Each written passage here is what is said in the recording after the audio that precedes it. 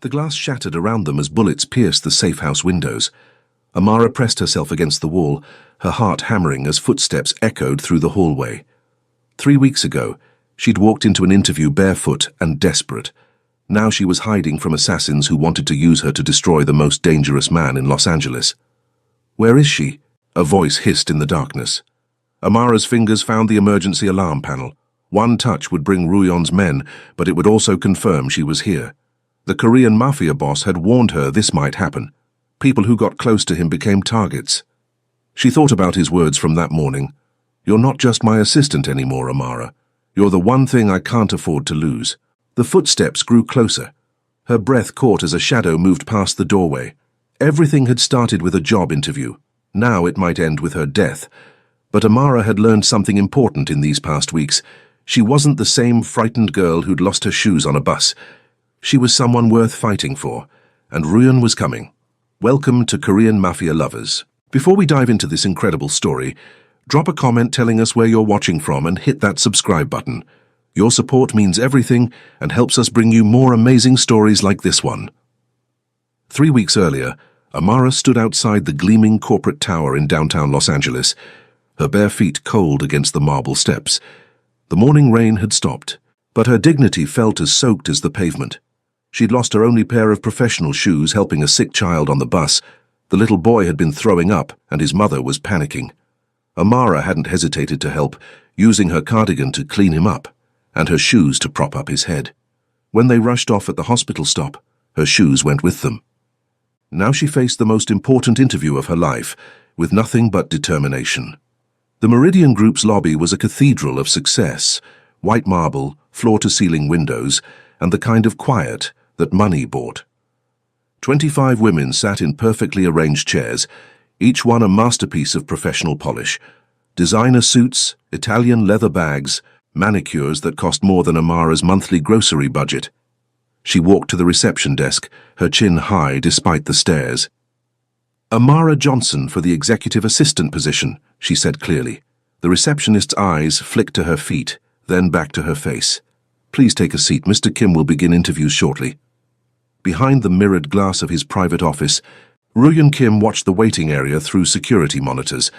At 32, he'd built an empire that existed in two worlds, legitimate businesses that generated millions and underground operations that controlled half of LA's port traffic. The executive assistant position was crucial. Whoever filled it would have access to schedules, meetings, and information that could destroy him if it fell into the wrong hands. He'd been studying each candidate for weeks. Background checks, financial records, family histories. He knew their secrets before they walked through his door. But the woman who'd just entered wasn't in his files. She was supposed to be candidate number 26, a last-minute addition his HR director had insisted on including. Amara Johnson, 27, economics degree from community college, currently working 3 part-time jobs to support her younger sister through nursing school. What his files hadn't captured was the way she carried herself. Barefoot and clearly struggling financially, she still moved through his lobby like she belonged there. No apologies, no shame, just quiet strength. Ruyon's assistant, Mrs. Chen, knocked and entered. "Sir, there's been a situation with candidate 26. She arrived without proper footwear. Should I reschedule her?" "No." Ruyon's voice was firm. "Bring her in first." Mrs. Chen looked surprised but nodded. "Yes, sir." Ruyon straightened his charcoal suit jacket and checked his reflection. The dragon tattoo on his neck was barely visible above his collar, a reminder of the world he truly belonged to. His hair was perfectly styled, parted in the middle and swept to both sides, giving him the polished look of a legitimate businessman. When Amara entered his office, something shifted in the air. She didn't flinch at his piercing gaze or the intimidating silence he used to unnerve people. Instead, she met his eyes directly and waited. "Ms. Johnson." He gestured to the chair across from his desk. "Please sit." "Thank you." Her voice was steady, professional. Ruyon studied her as she settled into the chair. Her dress was simple but clean, a pale blue that brought out the warmth in her dark skin. Her natural hair was styled in a neat bun, and despite her circumstances, she radiated a calm confidence that intrigued him. "I notice you're not wearing shoes," he said, his tone neutral. "No, sir, I'm not." She didn't elaborate, didn't make excuses. Why? Amara considered her answer carefully. I helped someone who needed help more than I needed shoes. The simplicity of her response caught him off guard. In his world, people always had elaborate explanations, justifications, angles, but this woman offered only truth. Tell me about yourself, he said. I'm hardworking, reliable, and I learn quickly. I've been managing multiple jobs for 3 years while putting my sister through school. I'm good with details, I don't gossip, and I understand the importance of discretion. What makes you think you're qualified for this position? I don't know if I am, she admitted, but I know I'll work harder than anyone else you interview. This job would change my life, and I don't take opportunities like that lightly. Royan leaned back in his chair. Most candidates tried to impress him with connections, achievements, or flattery. Amara offered honesty and determination, qualities he'd almost forgotten existed. The position requires long hours, travel, and absolute confidentiality. Can you handle that? Yes. Even if it means missing family events, social commitments, personal time. Mr. Kim, I've been working 3 jobs for 3 years. I already don't have personal time. The difference is this job would actually lead somewhere. A small smile tugged at the corner of his mouth. What do you know about the Meridian Group? Real estate development, import-export, and consulting services. You've expanded rapidly in the past 5 years, with projects across the West Coast. You're known for being selective about partnerships and maintaining privacy around business operations. She'd done her homework. More importantly, she'd focused on the legitimate side of his business, which meant either she was naive about his real activities or smart enough not to mention them. Do you have any questions for me? Amara hesitated, then spoke carefully. What happened to your last assistant? She accepted a position elsewhere. It was technically true. His last assistant had been relocated to a safe house in Portland after discovering too much about his operations. I see. Amara nodded. Mr. Kim, I want to be clear about something. I need this job, but I won't compromise my integrity to keep it. If that's a problem, it's better we know now. Ruyan stared at her for a long moment. In his world, integrity was a luxury most people couldn't afford, but something about the way she said it, not as a challenge, but as a simple fact, made him believe her. Thank you, Ms. Johnson. I'll be in touch. Amara stood gracefully. Thank you for your time. After she left, Ruyan sat in silence, staring at the door. 24 more candidates waited outside, each one more qualified on paper than Amara Johnson. But none of them had walked into his office barefoot and made him forget, even for a moment, that he was one of the most dangerous men in the city. He pressed the intercom button. Mrs. Chen, cancel the remaining interviews. I've made my decision. Amara's phone rang at 7 a.m. on Monday morning. Ms. Johnson, this is Mrs. Chen from the Meridian Group. Mr. Kim would like to offer you the position of executive assistant. Can you start today? Amara sat up in her narrow bed, fully awake. Today? Yes. He'll need you to sign paperwork and begin orientation immediately. Can you be here by 9? Yes, absolutely, thank you. 2 hours later, Amara stood in the Meridian Group's executive suite, wearing her best outfit. A black blazer she'd found at a thrift store, and the only pair of heels she owned. Her sister Zara had insisted on doing her makeup that morning, declaring it a historic moment. Mrs. Chen led her through a maze of offices and conference rooms. Mr. Kim's schedule is demanding and often changes without notice. You'll manage his calendar, screen calls, coordinate travel, and handle confidential correspondence. He values efficiency and discretion above all else. They stopped outside Ruyan's office. Through the glass walls, Amara could see him on a phone call, his expression intense. He wore a navy suit today, and something about his posture suggested the conversation wasn't pleasant. He's finishing a call with Seoul, Mrs. Chen said quietly. International business requires early mornings. When Ruyan ended the call, Mrs. Chen knocked and entered with Amara. Sir, Ms. Johnson is here for orientation. Ruyan looked up, and for a split second something flickered in his eyes. Surprise, maybe, or relief. Good morning, Amara. I trust Mrs. Chen has explained your responsibilities. Yes, sir. Excellent. Mrs. Chen, please give us a moment. When they were alone, Ruyan stood and moved to the window overlooking the city. I want to be clear about something. This position will expose you to sensitive information about my business operations. Complete confidentiality isn't just preferred, it's essential. Do you understand? Yes. He turned to face her. I mean it, Amara. What you see and hear in this office stays in this office, no exceptions. There was something in his tone that made her study his face more carefully. Behind the polished businessman exterior, she sensed layers she couldn't quite read. I understand, Mr. Kim. You can trust me. Good. He returned to his desk.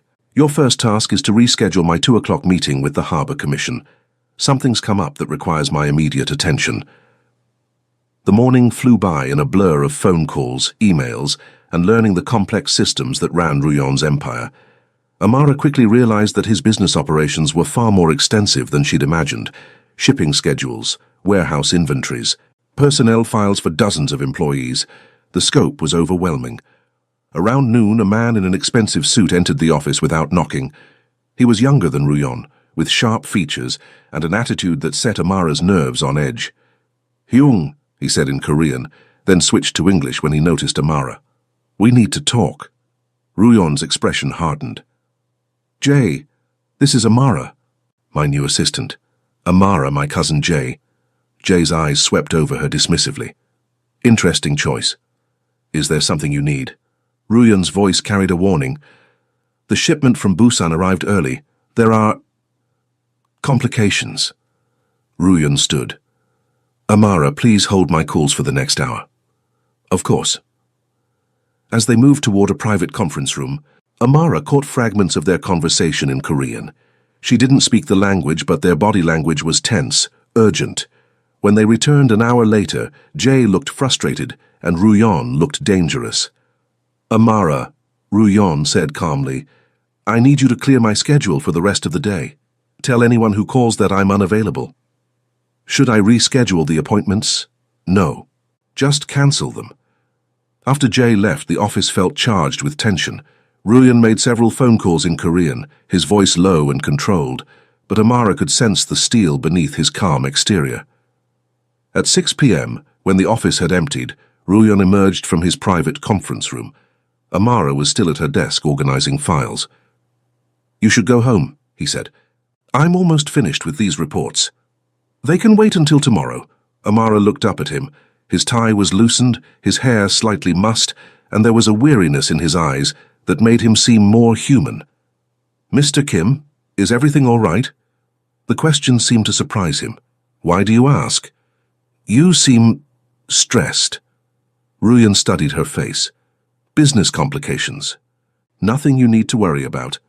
Okay. She gathered her things. I'll see you tomorrow. As she reached the door, his voice stopped her. Amara. She turned back. Thank you for staying late, for handling everything today. You did well. Something in his tone made her chest flutter. Thank you for giving me the chance. That evening, as Amara rode the bus home to her small apartment, she couldn't shake the feeling that there was much more to Ruyon Kim than met the eye. The phone calls in Korean, the tension with his cousin, the way he'd cancelled his entire afternoon, it all pointed to complications beyond normal business operations. But she'd meant what she said about discretion. Whatever Ruyon was dealing with, it wasn't her place to ask questions. What she didn't know was that 3 blocks away in a black sedan, 2 men were photographing her through telephoto lenses. That's her, one said into his phone. The new assistant. Should we move on her? The voice on the other end was cold. Not yet. Watch and wait. If she's important to Kim, she'll be useful to us. As Amara's bus disappeared into traffic, the sedan pulled away from the curb, its occupants already planning their next move. 3 weeks into her new job, Amara had settled into Ruyon's demanding routine. She arrived at 7 a.m. to review his schedule, stayed until he dismissed her, usually around 8 p.m., and had learned to read his moods with startling accuracy. She'd also learned that Ruyon Kim was not just a businessman. The signs were subtle but unmistakable. Phone calls that ended abruptly when she entered the room, meetings with men who carried themselves like soldiers, security protocols that seemed excessive for a real estate developer, and the way Ruyon's entire demeanor shifted when certain names were mentioned. But Amara kept her observations to herself and did her job with quiet efficiency. On a rainy Thursday afternoon, everything changed. Ruyon was in back-to-back meetings when a small boy appeared in the reception area, soaking wet and looking lost. He couldn't have been more than 6 years old, with Ruyon's dark eyes and the same stubborn set to his jaw. "Excuse me," he said to Amara in accented English. "Is my Appa here?" Amara's heart melted. "What's your name, sweetheart?" "Min Kim, Ruyon's son." Amara had seen photos on his desk but had never met the boy. "Let's get you dried off," she said gently, grabbing tissues from her desk. "How did you get here?" "I walked from school. Appa was supposed to pick me up, but he didn't come." Amara checked Ruyon's calendar. He had a note about school pickup, but it was scheduled for 4 p.m., an hour from now. "I think there might have been a mix-up with the time," she said carefully. "Your dad is in a meeting, but I'll let him know you're here." She knocked on the conference room door and slipped inside. Ruyon was discussing shipping manifests with 3 serious-looking men. "Mr. Kim, I'm sorry to interrupt, but Min is here." Ruyon's expression shifted instantly from business to concern. "Minnie. What's wrong?" "He walked here from school. I think there was confusion about pickup time." Ruyon excused himself and followed Amara to the reception area, where Min was sitting in her chair, swinging his legs. "Mina," Ruyon said in Korean, his voice gentle but firm. "What are you doing here?" "School ended early today. Teacher said you knew." Ruyon's jaw tightened. "I didn't get the message. Are you hurt? Did anyone see you walking alone?" "No, Appa. The nice lady gave me tissues and said you were busy." Ruyon looked at Amara with something like gratitude. "Thank you." "Of course." Amara smiled at Min. "Would you like some hot chocolate while your dad finishes his meeting?" Min nodded eagerly. "I don't want to impose," Ruyon began.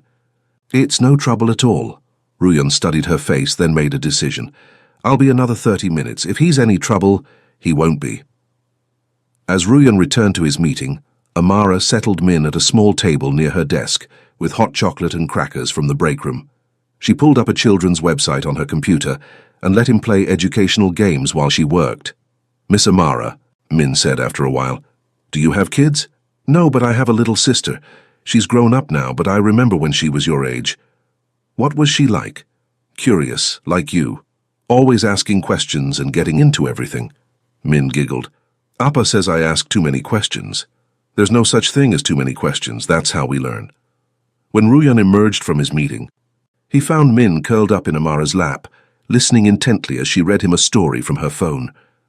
"And the little dragon learned that being different made him special, not strange," Amara finished. "Read it again," Min requested sleepily. "Maybe tomorrow," Ruyon said, approaching them. "Time to go home." Min looked up at his father.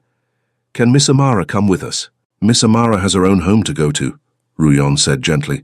"But I like her. She's nice." Something passed between Ruyon and Amara, a moment of understanding that felt more intimate than it should have. "Maybe Miss Amara can visit sometime," Ruyon said carefully. "Really?" Min's face lit up. "We'll see," Amara said diplomatically. As they gathered Min's things, Ruyon's phone buzzed with an urgent message. His expression darkened as he read it. "Amara, I need to make a quick call. Can you—" "Of course." She took Min's hand. "Come on, let's look at the fish tank in the lobby." While they were gone, Ruyon made a call that would change everything. "What do you mean they have photos?" he said quietly into the phone. "Surveillance photos of your new assistant. Doyang's people have been watching her for 2 weeks." Ruyon's blood ran cold. Doyang led a rival faction that had been trying to undermine his operations for months. "How much do they know?" "Enough to know she matters to you. Boss, if they move on her—" "They won't." Ruyon's voice was steel. "Double the security around the building. And I want to know everything about Doyang's movements." When Amara returned with Min, Ruyon was ending his call. She could see the tension in his shoulders, the way his jaw was set. "Everything okay?" she asked quietly. "Fine." He lifted Min into his arms. "Ready to go home, buddy?" As they waited for the elevator, Min looked back at Amara. "Bye, Miss Amara. See you tomorrow." "See you tomorrow," she promised. The elevator doors closed, and Amara was alone with the strange feeling that something fundamental had shifted. She'd seen a different side of Ruyon today, not the intimidating businessman, but a father who loved his son, and a man who was capable of gentleness. What she didn't know was that in accepting Min's affection so naturally, she'd crossed an invisible line. She was no longer just Ruyon's assistant. She was someone he cared about protecting. And in his world, that made her a target. The attack came at midnight on a Friday. Amara was in her apartment, grading papers for the tutoring job she still kept on weekends when her phone rang. Ruyon's name flashed on the screen. "Hello? Amara, listen carefully. You need to leave your apartment right now." His voice was controlled but urgent in a way that made her blood freeze. "What's wrong?" "I'll explain later. Go to the parking garage, level B2. A black SUV will be waiting. The driver's name is Marcus." "Ruyon, you're scaring me." "Good, you should be scared. Move now." The line went dead. Amara's hands shook as she grabbed her purse and keys. She'd learned to trust Ruyon's judgment completely over the past month, but this felt different, dangerous. She made it to the parking garage just as a black SUV pulled up. A large man with kind eyes rolled down the window. "Amara Johnson?" "Yes. I'm Marcus. Mr. Kim sent me." She got in and Marcus drove in silence through the empty streets of LA. 20 minutes later, they pulled up to a luxury apartment building in a part of the city she'd never seen. "Penthouse level," Marcus said, handing her a key card. "Mr. Kim will be up shortly." The penthouse was stunning. Floor-to-ceiling windows, modern furniture, a kitchen that belonged in a magazine. But Amara was too nervous to appreciate the luxury. Ruyon arrived an hour later, still in his business suit, but with his tie gone and his hair disheveled. The moment he saw her, relief flooded his features. "Are you hurt?" "No, I'm fine. But I don't understand what's happening." Ruyon moved to the window, checking the street below before closing the blinds. "Sit down. I owe you an explanation." Amara perched on the edge of the sofa, her heart hammering. "The Meridian Group is legitimate," he began, "but it's not my only business. I run operations that exist outside the law." "You're in the Mafia." It wasn't a question. "Yes." Amara absorbed this, though part of her had suspected for weeks. "And someone wants to hurt me because I work for you?" "A rival faction has been watching you. Tonight they moved on your apartment. If you'd been there." He didn't finish the sentence. "How do you know all this?" "I have people watching my people. It's how I stay alive." Amara stood and walked to the window, processing everything. "So what happens now? Do I disappear? Get a new identity?" "I don't know yet." She turned to face him. "Be honest with me, Ruyon. How much danger am I in? Enough that I can't let you go home." The weight of that settled between them. Amara had built a life, small but hers. Her apartment, her sister, her weekend tutoring job. Now it was all gone, because she'd taken a job with a man who lived in shadows. "I should have told you," Ruyon said quietly. "Before you took the position, I should have been honest about what it meant. Would it have changed anything? You would have run. Maybe. Or maybe I would have stayed anyway." He looked at her sharply. "Why?" Amara considered the question. Over the past month, she'd seen Ruyon be ruthless in business, gentle with his son, and unfailingly protective of the people he cared about. She'd watched him make decisions that affected hundreds of people, always with careful consideration of the consequences. "Because you're not what I expected," she said finally. "What did you expect?" "A monster. Someone who hurt people for fun, who didn't care about anything but power." "Maybe I am those things." "No," her voice was firm. "I've seen you with Min. I've seen how you treat your employees, how you handle problems. You're dangerous, yes, but you're not cruel." Something shifted in Ruyon's expression. He crossed the room slowly, stopping just in front of her. "You don't know everything I've done. I don't need to. I know who you are now." "Amara." His voice was rough. "What?" "This isn't just about protecting an employee anymore." Her breath caught. "What is it about?" Instead of answering, he reached up and touched her face gently, his thumb brushing across her cheek. "You've changed everything," he whispered. Before she could respond, his phone buzzed with an urgent message. He read it, and his expression hardened. "They found this place." "What?" "We need to go, now." As if summoned by his words, the sound of breaking glass came from somewhere below them. Ruyon grabbed her hand and pulled her toward a door she hadn't noticed before. "Emergency exit. It leads to the roof." Ruyan, wait. No time. They ran up a narrow staircase as shouts echoed from the apartment below. On the roof, a helicopter was already waiting, its rotors spinning. Get in, Ruyan shouted over the noise.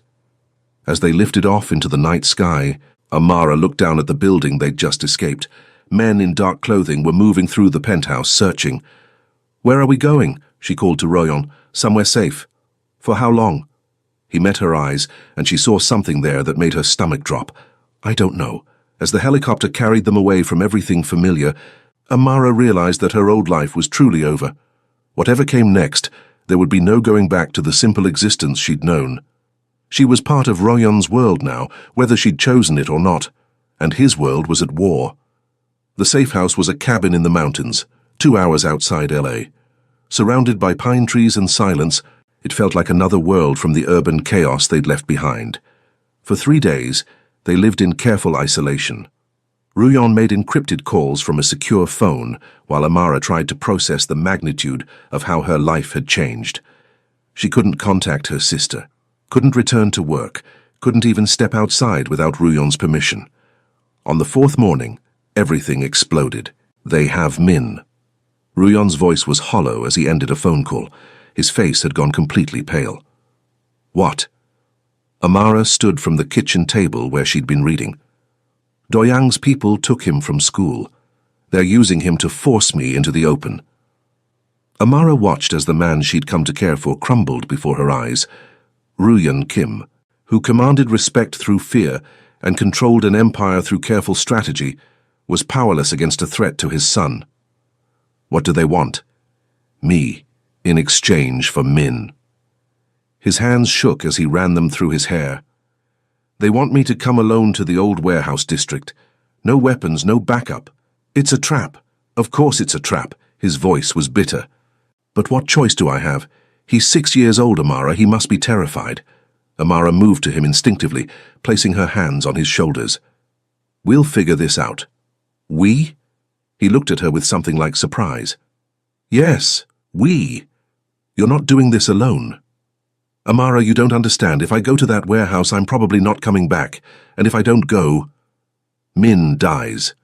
Yes. Amara was quiet for a long moment, thinking, what if there was another way? There isn't.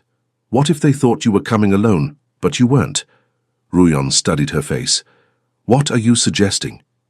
I'm suggesting that you're not the only one who cares about Min.